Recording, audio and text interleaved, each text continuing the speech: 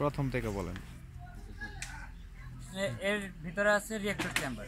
আমরা এই রিঅ্যাক্টর চেম্বারে প্লাস্টিক দেওয়ার পরে এই ঢাকনা দিয়ে বন্ধ করে দিই।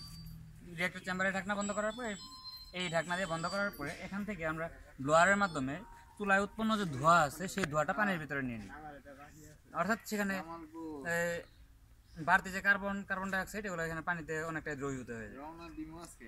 আর তারপরে এখানে যখন আমরা প্রচণ্ড উত্তপ্ত করি 350 থেকে 700 বা 750 ডিগ্রি পর্যন্ত, তখন এখানে প্লাস্টিকটা ওটা মাপেন কি দিয়ে দেয়? 300-350 থার্মোমিটার দিই। থার্মোমিটার? হ্যাঁ। ওটা কোথায়?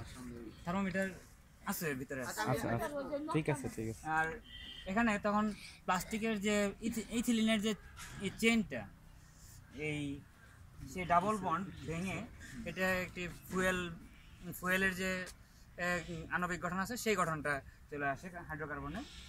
তখন এটা বাষ্প থাকে, এটা বাষ্পটা এটাতে এই চেম্বারে ঢোকে, মাধ্যমে চেম্বারে ঢোকে। হ্যাঁ, এই ফার্স্ট চেম্বারে ঢোকে, এখানে ভারী তেলটা জমা হয়ে যায়।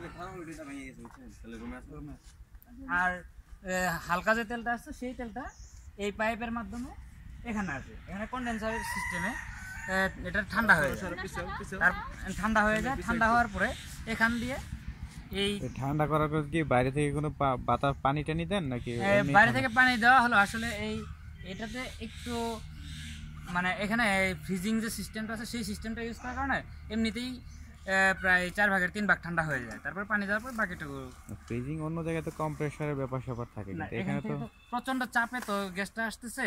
এখানে আসার পরে এখানে তো আয়তনটা অনেক বেশি, তাই চাপ কমার কারণে তাপটা কমে যায়। তারপর এখান থেকে এই মানে তেলের যে বাষ্পটা আছে সেই বাষ্পটা ঠান্ডা হয়ে তরল তেল হয়ে এখানে চলে আসে। আর সাথে উৎপন্ন যে মিথেন গ্যাসটা আছে সেই মিথেন গ্যাসটা এই পাইপের মাধ্যমে এখানে আসে। তখনও সেখানে কিছুটা তেল থাকে, সেই তেলটা এখানে এই চেম্বারে জমা হয়ে যায় এবং এই তেলটা থাকে অত্যন্ত শক্তিশালী তেলটা। এবং তারপরে এখান থেকে তেলটা এই পাইপের মাধ্যমে আবার চুলায় যায়। প্রথম 2 ঘন্টা চুলাতে মানে পর্যাপ্ত লাকড়ি ব্যবহার করা হলেও পরের 1 ঘন্টা লাকড়ির পরিমাণ অর্ধেক লাগে, তারপরে 1 ঘন্টাতে আর বাড়তি লাকড়ির প্রয়োজন হয় না। তেল হয়ে ভিতরে যায়, আবার আগুন ওই তেল দিয়ে জ্বলে। ওই তেল দিয়ে না, এখানে যে এক্সট্রা যে মিথেন গ্যাসটা আসে তেলের মানে না, যেটা আমরা সংরক্ষণ করতে পারি না, সেই গ্যাসটাতে আবার এখানে আমার চুলা জ্বলতেছে। আর এগুলো হচ্ছে আপনার সেই রিয়েজেন্ট না? এটা হচ্ছে আমার জ্বালানি। এগুলাই পুরান? হ্যাঁ, এগুলাই পুরাই। আর এটা তৈরি হয় পেপার বোর্ড মিলে বা অনেক কারখানায় তৈরি হয়। তেলটা সঞ্চয় হয় কোথায়? তেলটা সঞ্চয় হয় এখানে, এটাতে না? হ্যাঁ। মানে এখান থেকে বের করার একটা রাস্তা আছে? হ্যাঁ, এটা বের করার চেম্বার ওখানে। আচ্ছা। আর আমরা এখানে আপাতত টায়ারটা পুরাইতেছি। টায়ার থেকে অনেক ভালো কালি আসে, এই ব্ল্যাক অক্সাইড যেটা বিল্ডিং এ ব্যবহার করা হয়, সেটা আমরা এই টায়ারগুলো থেকে মোটামুটি প্রচুর পরিমাণে কালি পাই। আর প্লাস্টিক থেকে পেট্রোলের পরিমাণটা বেশি আসে। ঠিক আছে। সিফাত, তেলের বালতিটা নিয়ে আসো, ক্রুড অয়েলের বালতিটা। আমার এখানে এখন ওই পাশের ওটা কি? এটা ওই জৈব আবর্জনাকে রিফাইন করার জন্য একটা প্রজেক্ট করছিলাম।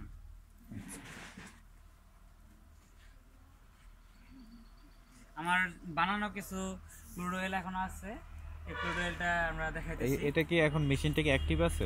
হ্যাঁ, মেশিনটা অ্যাক্টিভ আছে। এখানে কতটুকু হয়, কতটুকু পুরাইলে কতটুকু তেল হয়? এটা ক্রুড অয়েল মানে প্রথমে যে তেলটা আসে রিফাইন করার আগে, সেই তেলটা 1 কেজি প্লাস্টিক থেকে প্রায় 450 মিলিলিটারের মতো তেল পাওয়া যায়। আর 400 গ্রামের মতো থাকে ব্ল্যাক অক্সাইড। মানে আমরা বর্তমানে যে নিম্নমানের প্লাস্টিকগুলো পুরাইতেছি, প্লাস্টিক এবং পলিথিনগুলো, সেখান থেকে। আর বাকিটাতে কিছু পানি এবং মিথেন গ্যাস থাকে।